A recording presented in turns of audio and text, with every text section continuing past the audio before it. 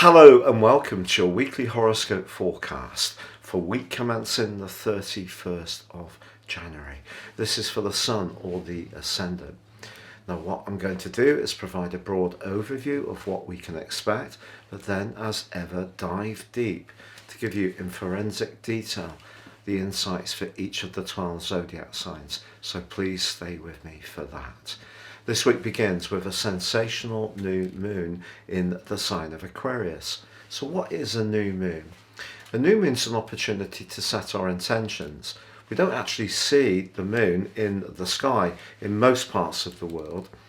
It's an opportunity, however, to really direct our energies into the part of our situations that particular new moon influences.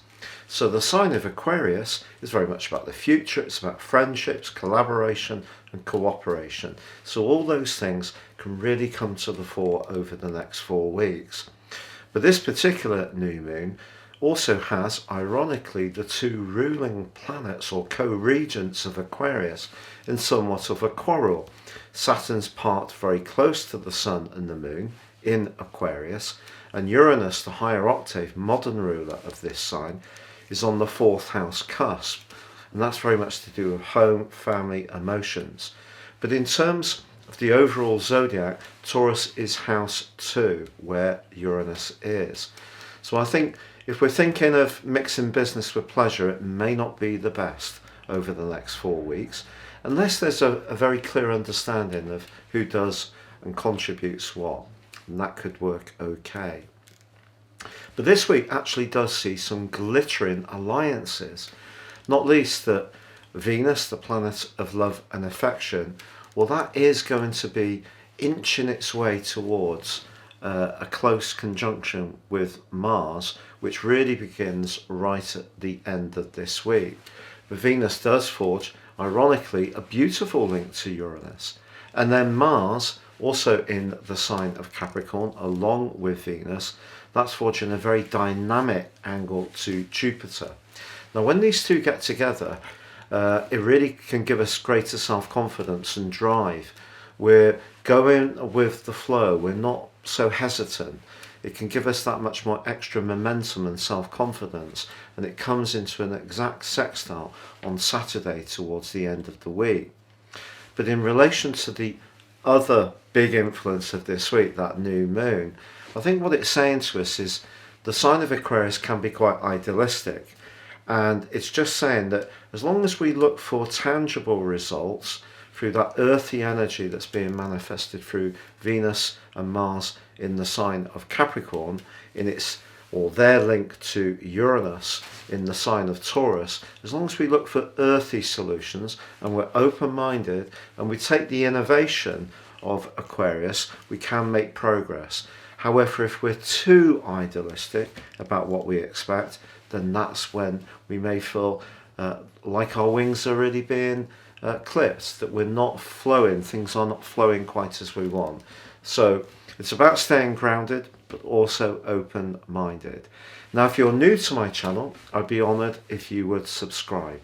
Please click or tap on the bell notification symbol.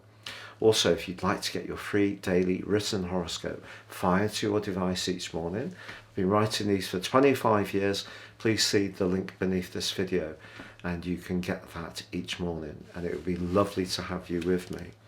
Also, if you'd like to take advantage of my special offer package of a year's forecast and a character analysis and get 30% off, if you've yet to really get into more serious natal astrology, this is a wonderful opportunity to do so.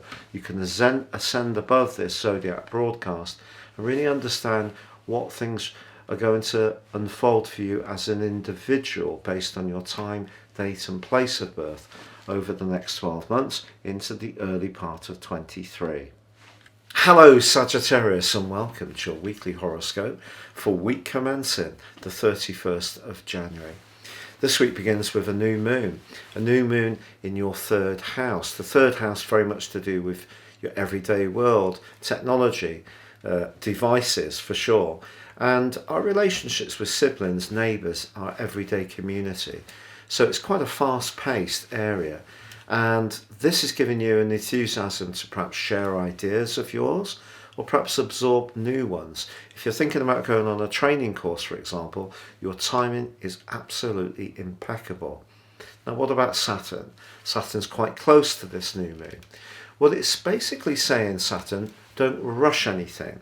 It's not inherently negative.